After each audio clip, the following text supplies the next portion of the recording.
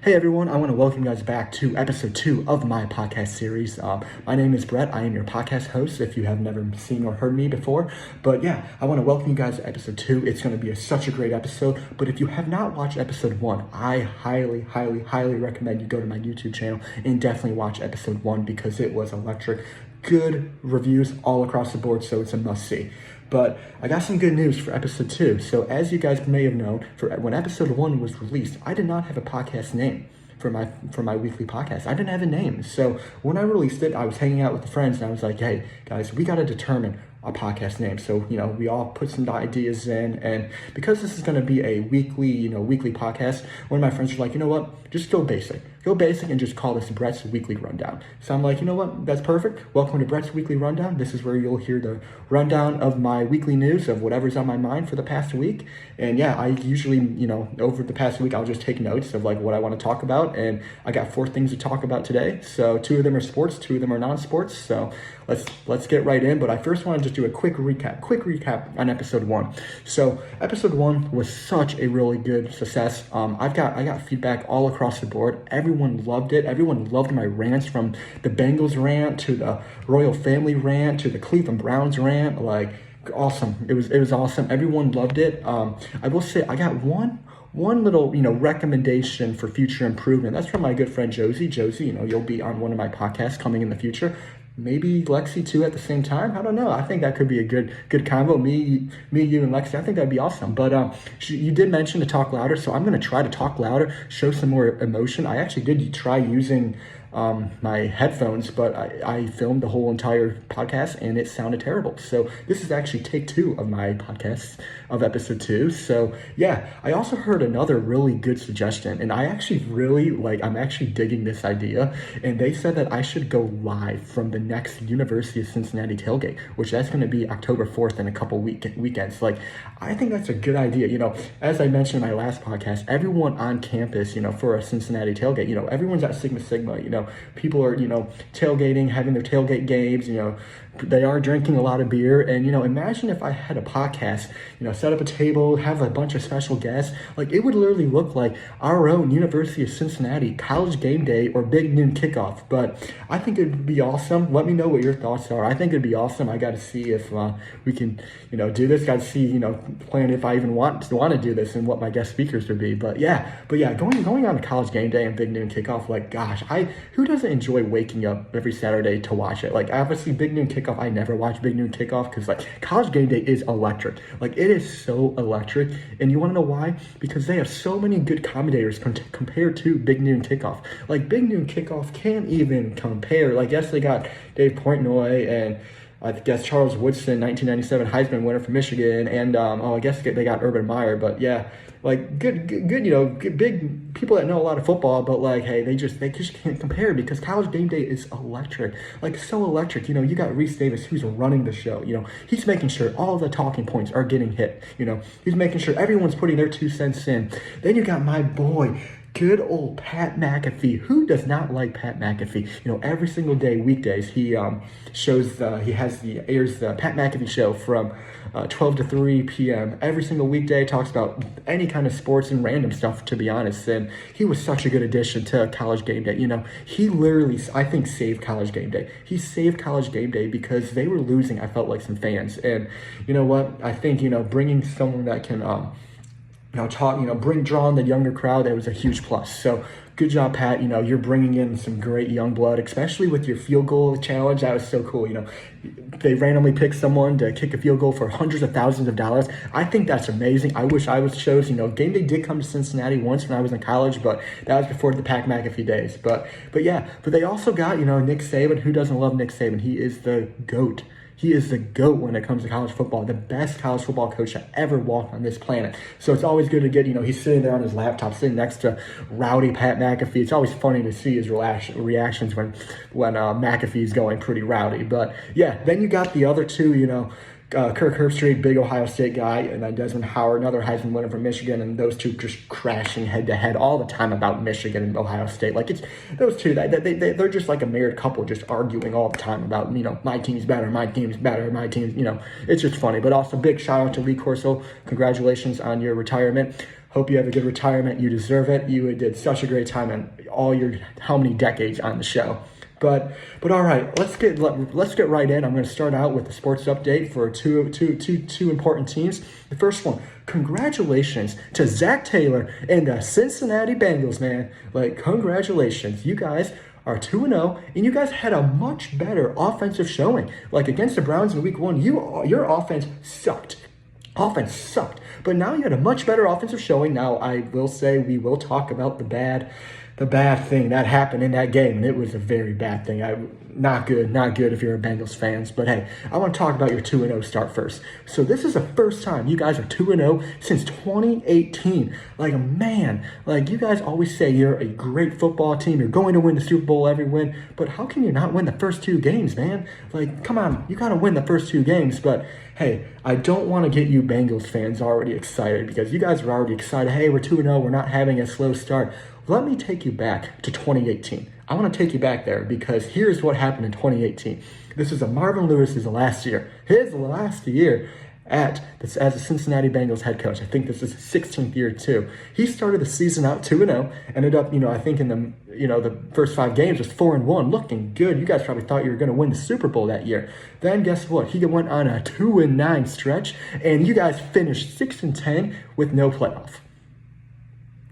Think about that for a second. You guys started off 2-0. Will this be the same thing? And I'm going to talk about Zac Taylor and Marvin Lewis, comparing those two, but like, we'll get into that a little later. But gosh, let's not repeat that, man. Like, if you do, some big questions are gonna happen. But back in 2018, who did you guys even have? Because I didn't know. I was never a Bengals fan. I'm not a Bengals fan. But who did you guys have? You guys had the trio: Andy Dalton, AJ Green, Tyler Boyd. Sorry, but like, gosh, I remember people saying those three together, we're gonna win Super Bowl. We're gonna win the Super Bowl. Or they're the trio that should have won a Super Bowl, but they never had. But nah, they were always just so overrated. They give me like comparisons, to Joe Burrow, Jamar Chase, and T. Higgins. Like, I'm getting some very similar comparisons, right there. But yeah, that's who they had back in 2018. I know you guys excited, Bengals fans, that you guys are 2-0, but like, come on, guys. I think you guys don't get too overconfident, because it's, as a Lions fan, we like history to repeat itself. We're known to repeat our history, but yeah, let's not repeat that history of you guys starting out 4-1 and then ending 6-10. But yeah, I also personally want to congratulate Zac Taylor for winning on week 2 for the first time in his career. Congratulations, Zac Taylor. Like, guess what? You guys, going into the game, Zac Taylor was 0-6 going in for week 2. 0-6. Has never won a week 2 game.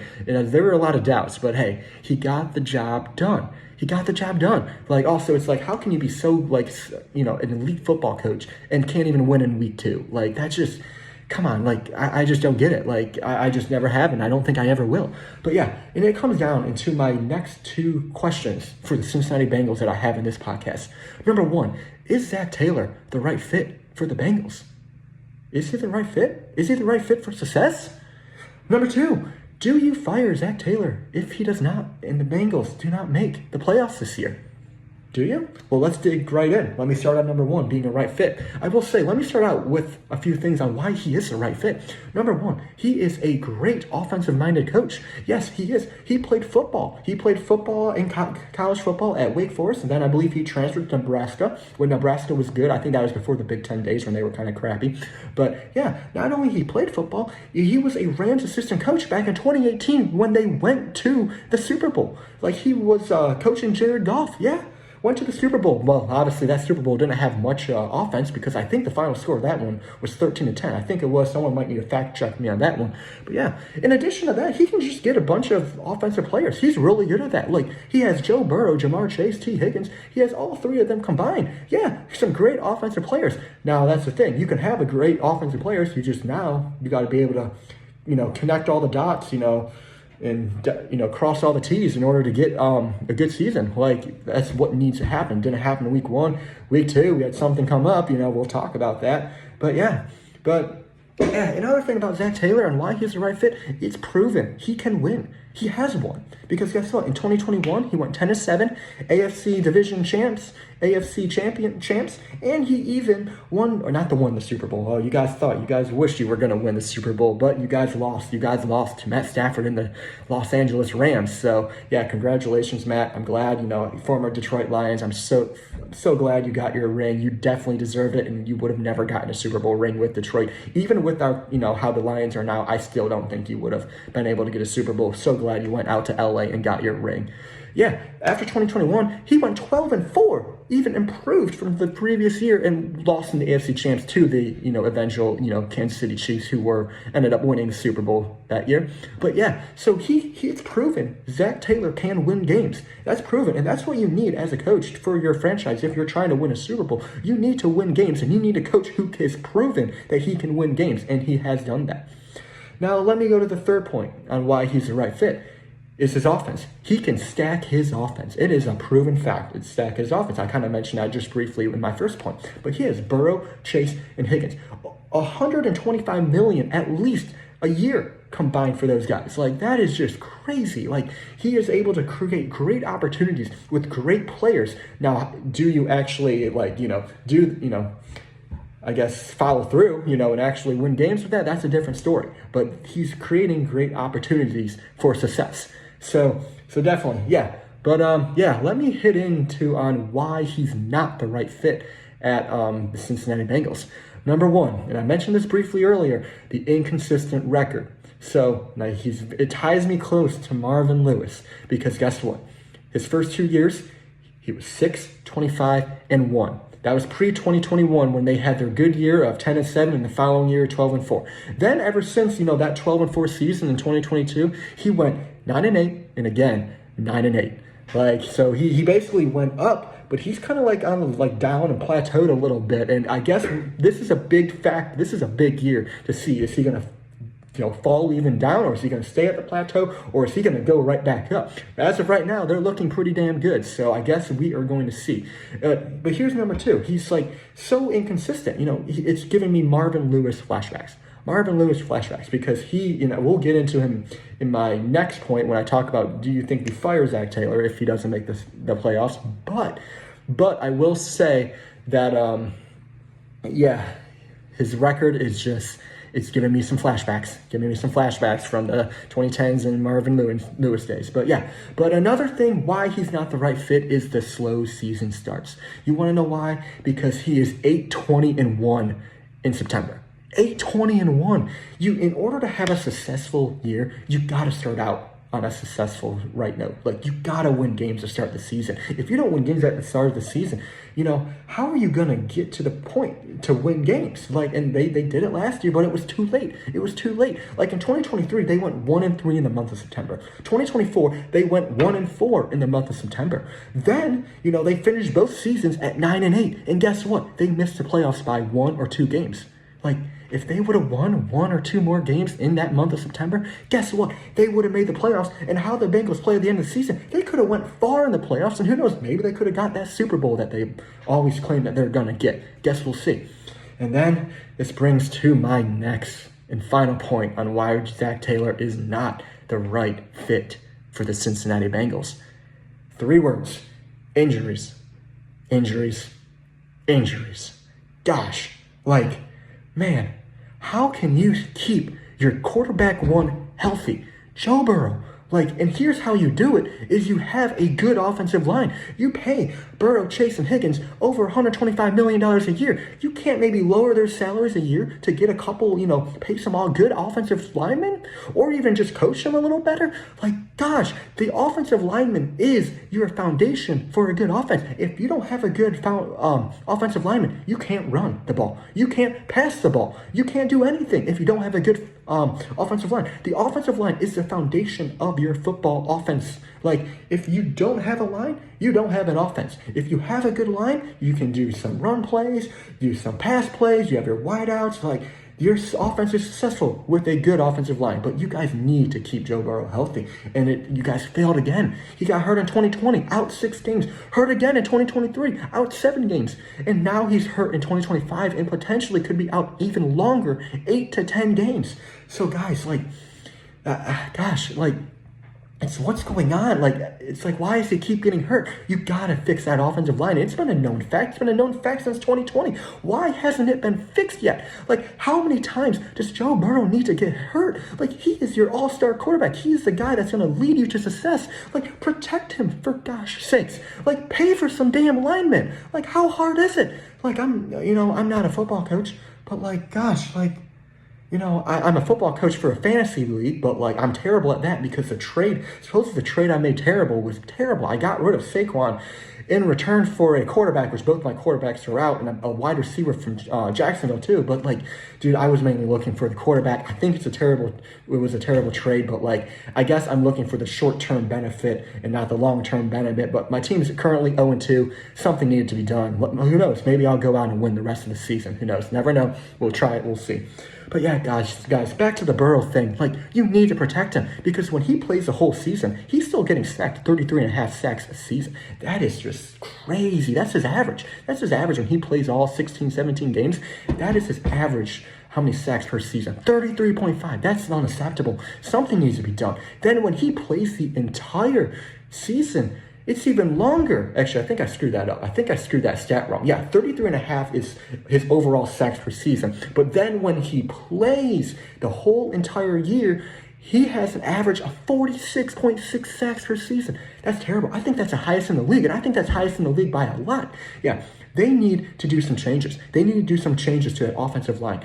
And if they can't change that offensive line, well, then maybe they need to start looking at the coaches. If the coaches can't even do it, maybe that's when you look at different coaches. And if that's the problem, maybe you look at different front office, then you look at different owners. It's that whole top-down approach and bottom-up approach I was talking about in last week's episode about the Cleveland Browns. It's the same thing here. And Bengals, your ownership is very similar to the Browns. I hate to say it. Sorry to say it, but you guys are very similar to a poverty franchise. You guys actually have more success, but you are kind of still, you're near that poverty line just on how your owners work. They work very similar. Let's get to my second point. Do you fire Zac Taylor if he does not make the playoffs? My answer, if I was the head, not the head coach, but the general manager and the owner of the Cincinnati Bengals, I would. Why? Because this is the third year in a row that you missed the playoffs. And if you missed the playoffs this year, you probably would only have a max of 9 wins, maybe 10, and you got unlucky with how they, do the ties and all that too. But yeah, still not a good record. Like, you're still at the plateau. You're not going up or down, but still, sometimes being plateau is not the answer, kind of like Marvin Lewis. But gosh, man. Then if you guys don't make the playoffs, this is 5 out of 7 years under the Zac Taylor tenure that you didn't make the damn playoffs. Like, you're not a good coach if that's your record. You missed the playoffs 5 out of your 7 years. Come on, man. Like, but then it proves that maybe you're not the right fit for Burrow. Like, is that true? Like, if the different coach, the head coach, maybe Burrow would not be getting hurt? I don't know. Maybe that's a good question. No one will know the answer. But I will tell you this.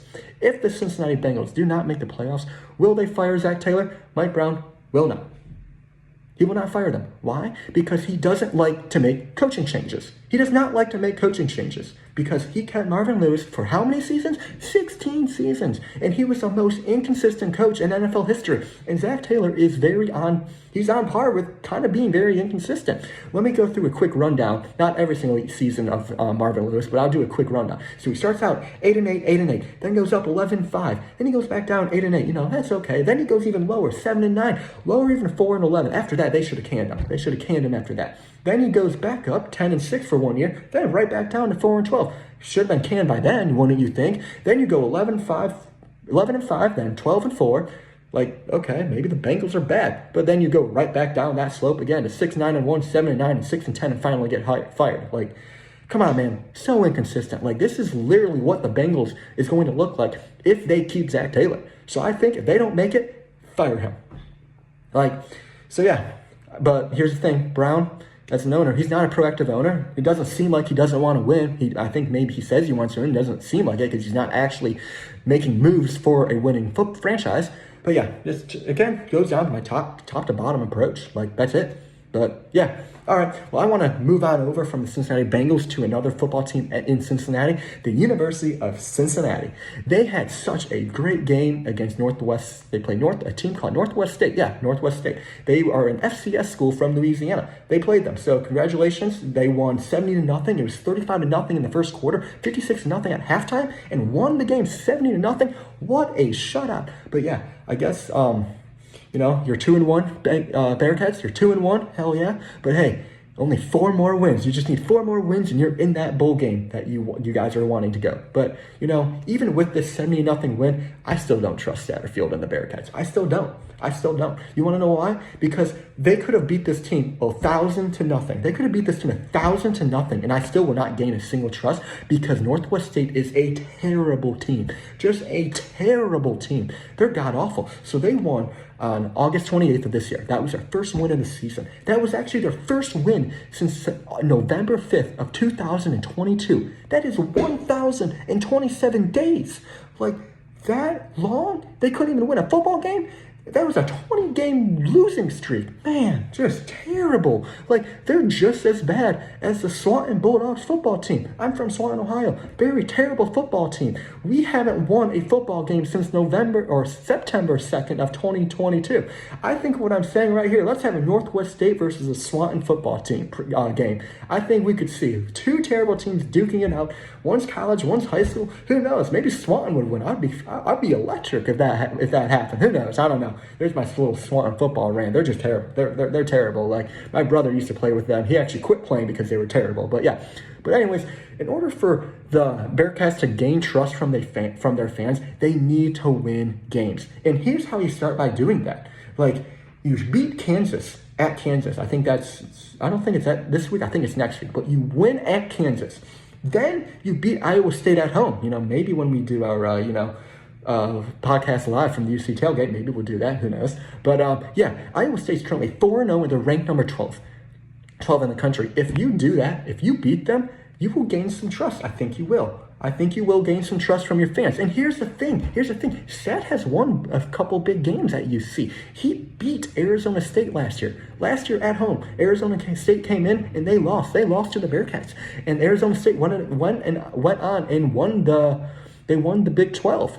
So it's in it. Seth has done it before. He's proven that he can actually beat a big team.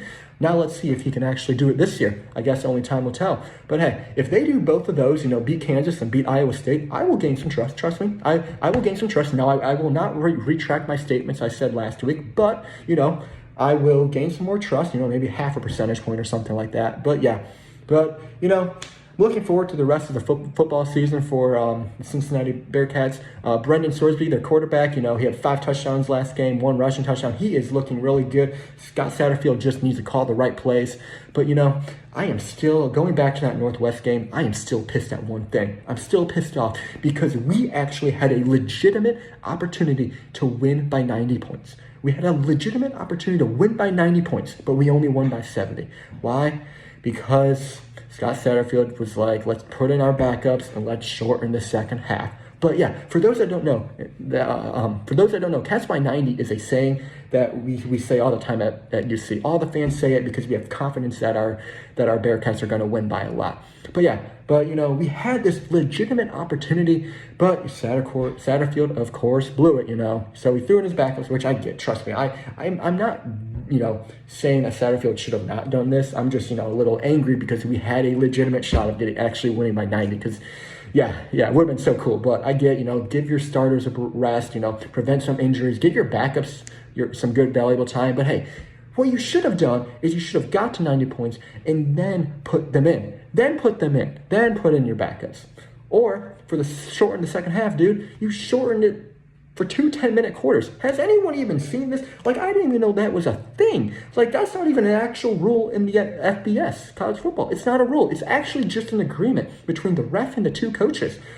All what Scott could have said was oh, let us get to 90 points, then we will shorten the game. That's what he should have did. Should have did. We were only 3 touchdowns away. 3 touchdowns away. It's come on, man. That's all what you had to do. But all right, hey, Cats by 90. All right. Well, that was for the sports update on this podcast. I do want to go hit on some sad news from the pop culture world. Yes, I actually do know some pop culture. Sports is my big thing, but I do got some pop culture knowledge.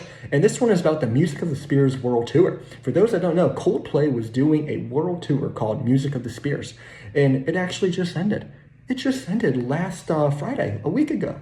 Like, man, how sad that is. Like, and I didn't even know they were on tour until TikTok showed me that they were on tour. Like, it was all over my For You page. So thank you, TikTok, because guess what? I love Coldplay. Like, I love Coldplay. They have some really good songs. I actually, for like a whole week straight, I was just listening to straight Coldplay. That was it, just Coldplay. But I will say, A Sky Full of Stars is that #1 song. That's my favorite song, man. Like, that is so cool. Like, the transition from the slow to the fast, like, that transition is so electric. So electric. And I know there's a TikTok trend for that too, and that was so cool to watch too. I wish I was there to experience it live, because I feel like it would be so much better if you were there. But yeah, Sky Full of Stars, honestly, if this blows up, I will definitely do karaoke on my next podcast. I'll do A Sky Full of Stars. And for those that know me, I love karaoke. Like, going back to 2022 spring break down at Panama City Beach in Florida, Wagon Wheel, we had a big spring break down there, and we did a bunch of karaoke at a bar.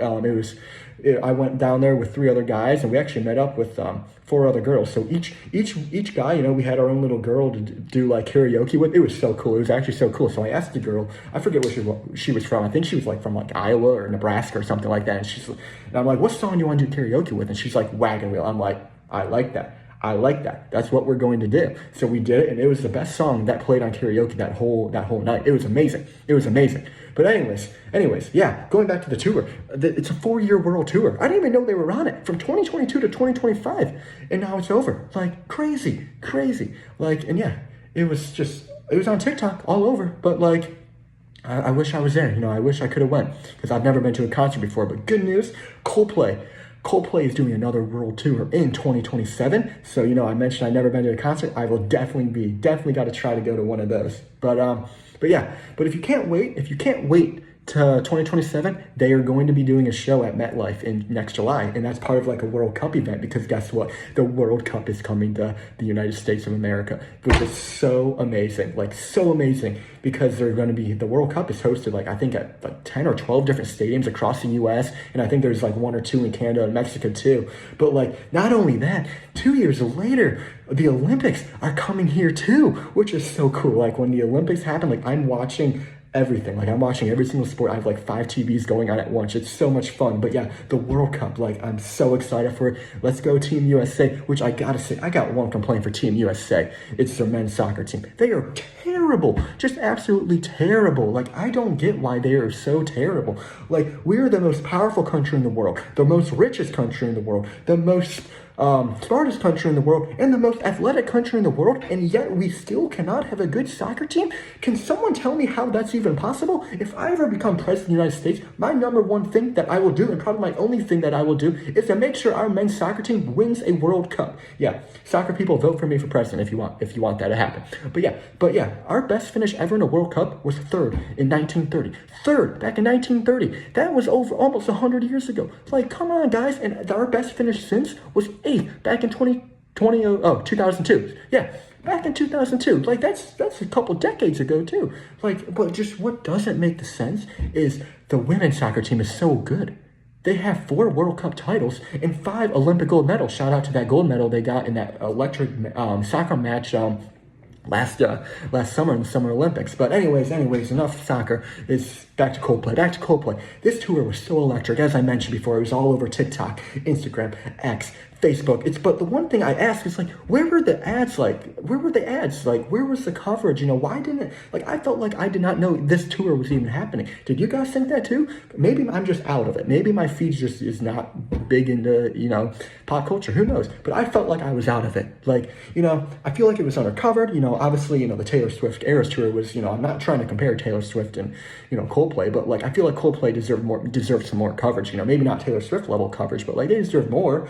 Like, but hey, everything I saw, the videos was just electric, and we'll talk about that. Second reason why I think this tour was so electric was those bracelets, those like white bracelets at the concerts that they hand out. Like that was so cool. Like every single concert should have one. Those light up bracelets, like they should, because like I think Taylor Swift had them too. But like it makes the atmosphere so much cooler because they're blinking, they're lighting up, they're like pulsing, they're changing beat to the song. You know, some bracelets are this color in the stadiums, other bracelets in other parts of the stadium are different colors. It is so cool. It makes the atmosphere so cool. Like just, I love it. And I actually did some quick little research on them, and they're actually made out of like recycled plastic or something like that, and kind of cool. And like how they're controlled is like there's like a chip in them that connects to what's called like an MBT controller that's in like the stadium, and that controller like tells which bracelet does what at whatever time in the song. Like kind of cool. You know, I just kind of like to know like how does this bracelet like actually work. But yeah, I will say I do got the negative thing about Coldplay for your tour. It's a lack of United States shows that were in the United States. Like I tried to find the closest one after seeing everything on TikTok, and it was like, man, I think it was Miami that was the closest one. I'm like, dude, why are all the shows in the South, the West, and California, the East Coast, like New England? Like, why is that? Like, I know they went to Nashville, I think, a couple years ago, but like, come on, guys. Like, why is that? Come to the Midwest. Like, the Midwest is known for their music. Like, Taylor Swift went to Cincy, Indy, Detroit, Pittsburgh, Kansas City. Like, at least come to go to a couple of those. Like, come on, man. But hey, I got 2 suggestions for you, Coldplay. I got 2 suggestions. Number 1, more shows in the United States. You guys did 10 and 22, 3 and 23, none in 24, and 8 and 25. We got to double that, man. We got to double that for 2027, especially if 2027 is going to be your last show. Not sure if it is. That's what everyone thought this last tour was. It was going to be your last show, but who knows? Number 2, you got to go to more places in the Midwest. I already mentioned Eras Tour went to a bunch of different cities in the Midwest. You guys definitely need to do that. I will definitely be at one of them. But yeah, but I can't transition from the Coldplay topic without talking about this, the CEO. Like, gosh, that made worldwide news. Every news was covering it. Like, crazy. Like, how smart can you be to be the CEO of a multi-billion-dollar company, but so dumb enough to literally just show your affair, the person you're having an affair with, out in public in front of the whole world to see? Like, gosh, how dumb can you be? Like, you guys acted like fools up there. And there's a reason why it was circulated, because you guys deserved it, because you guys acted like fools. Like, here's the thing. What I think he did was terrible. I think it's terrible for both families of those that were affected. But, like, if you are going to go to a concert with your affair, go, okay? Everyone has free will. Go. But just please, for the love of God, just act normal if you're on the Jumbotron, you know? If you're shown on the Jumbotron, wave or smile or kiss or hug. Do something, you know, act normal. You know, don't be ducking and, you know, trying to, you know, put your face, you know, put your hand up over your eyes or something like that. Like, here's the thing. If they would have done that, they would have not made, you know, social media.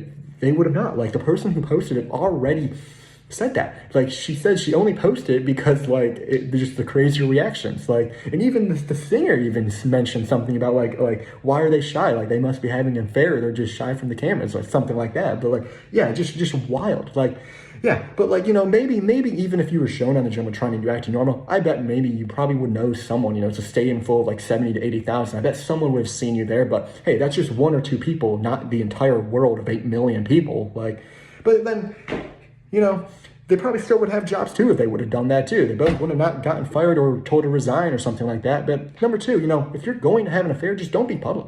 Like, don't be public. Do it in the CEO office, or even better, do it in the HR office, or I don't know, do it in a hotel. Like, I have no idea. Like, yeah. But anyways, that's my Coldplay. You know, love Coldplay. Can't wait for 2027. And I want to transition to my final topic of something big that is happening in Cincinnati in the 513 this weekend. So this weekend in Cincinnati, it is Oktoberfest weekend.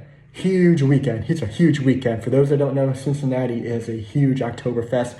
Bunch of German beer, bunch of German food, and even those who are big nicotine addicts. You know, I am not one of those, but those that are, they have Zins for $1 there. There's a bunch of Zins truck. I think they have like 2 or 3 of them all over the, like, I guess the where they do it at the riverfront, and yeah, you can buy them for $1. Crazy. But yeah, the lines for that is always crazy. I'll walk by with a beer or something and just see the lines are like way around the corner or something like that. It's insane. But yeah, so this event it started on Thursday, September 18th, and it's going through Sunday. So I haven't been there yet. If you haven't been there, you've got to go. It's such a good experience. It's currently on the riverfront at Sawyer Park in Yeatman Cove. So it's definitely, on the river, which is so cool. You have the Ohio River, you'll see the boats go by, and some people will even camp out with their boats too and just watch and hear the Oktoberfest. Like, it's such a good area to have it because there's so much space there.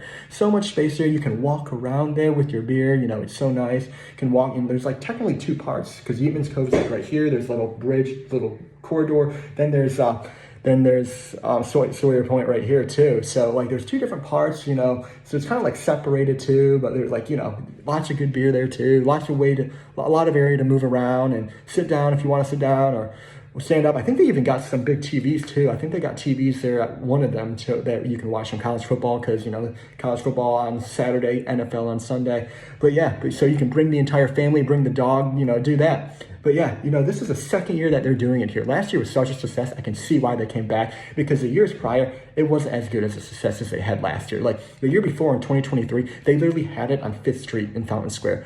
And it was a terrible location, because everyththing was so cramped because they only had, Cincinnati has terrible traffic. They could only block off one street, and everyone was cramped. You would wait 30 minutes in line for a beer. Then you would need to hop in the next beer line. That would take 30 minutes to get another beer because you'll be done by the time you get to the front of the line. It was that bad. But yeah, it was a terrible location. The years before, they were on 2nd and 3rd Street, which is right by the Bengals stadium, and they blocked off 2 streets for that. I think that affected Cincinnati traffic, and as we know, Cincinnati traffic, terrible. It's like, why does it take 20 minutes to go into work, but it takes 45 minutes to get home from work? That makes zero sense to me. Plus, you got 2 highways conjoining on a single bridge to cross the Ohio River. Who designed that? That was a stupid decision. Keep them separated, have each highway have their own bridge. I don't know why you combined them. I think that was really, really dumb. But hey, they claim they're going to fix it. But yeah, let's see. But all right, let's see. When it was on 2nd and 3rd Street, it wasn't as many vendors because there wasn't as much space. But yeah, there was also events going on in the Banks too, like Reds games. I think there was a UC football game played at the Bengals stadium that one year too. And it got a little packed. But yeah, it was still a good time. But yeah, it's definitely like you got to go this year because it's at a good location and it's such a good time. But yeah, little cool fun fact is that this is the 2nd largest Oktoberfest in the world. It's the largest in the United States of America, which is awesome. Cincinnati, so of all cities, Cincinnati has the largest Oktoberfest. That is crazy. I love that being from this city. Like, that's amazing. But, I will say, who is the largest, you may ask? Well, it is Munich, Germany, which makes sense. German beer, Germany, like that makes sense why Munich is the I guess the largest Oktoberfest in the world. But I guess, and also people from Germany will come every year to Cincinnati to go to the 2nd largest one in the world. It's so cool. Like, especially when Munich didn't have it a couple years back because of COVID, like they literally would just come here. Like you would see, and you could recognize them because they're in their German outfits and all that too. But yeah, so Munich is actually celebrating there September 20th through October 5th. That's 16 days. Like, imagine if Cincinnati celebrated that for 16 days. But yeah, I mentioned that Munich didn't have it for 2 years. But that was due to COVID because, Germany, they were more shut down than the United States. So that means Cincinnati was the largest Oktoberfest in the world, which is so cool. That is so cool. Like, that's awesome. Like, shout out Cincinnati. We are known for something. And that is Oktoberfest. But, that brings a really good point. Oktoberfest. Why is it called Oktoberfest? It's in September. Why isn't it called Septemberfest? Or host it in August and call it October or August Fest or July Fest or June Fest or something like that? Why Oktoberfest? Well, I did some research for you guys, and it goes back to the origins of Oktoberfest, actually. So the first ever Oktoberfest wasn't even called Oktoberfest, and it was actually a wedding celebration for their crown prince, one of the crown princes in Germany back in 1810. Yeah, they had a wedding, and they had October, looks like 12th, 1810, and yeah, they had the wedding on that day, but like the party lasted like multiple days. Like, what the heck? Like, that is so cool that the party lasted multiple days. Like, weddings here in America, like, they need to change that format right there. Like, weddings here, like, you have a celebration and then you have a couple hours of a reception. That's it. Like, come on, someone needs to like start a new trend in the United States to have a wedding, like a week-long wedding celebration. I think we should do that. Like, come on. But yeah, and also I just found this out that actually Munich, Germany, they actually moved the start of Oktoberfest up because weather in October is actually not that good. It's cold and it gets dark very early. So that's why they moved it to September, so they have some longer daylight hours and it's some warmer because Oktoberfest is an outdoor event. So I guess it makes sense why, they call it Oktoberfest. But hey, let's keep it. Let's just call it Oktoberfest. Summerfest doesn't even sound right. But one thing Cincinnati should do, they should follow. They should follow Munich, and they should do it for 16 days. All 16 days, Oktoberfest. Imagine Cincinnati having Oktoberfest for 16 days. Like, that would be wild. Like, I don't even know if I would even be able to go to half of them.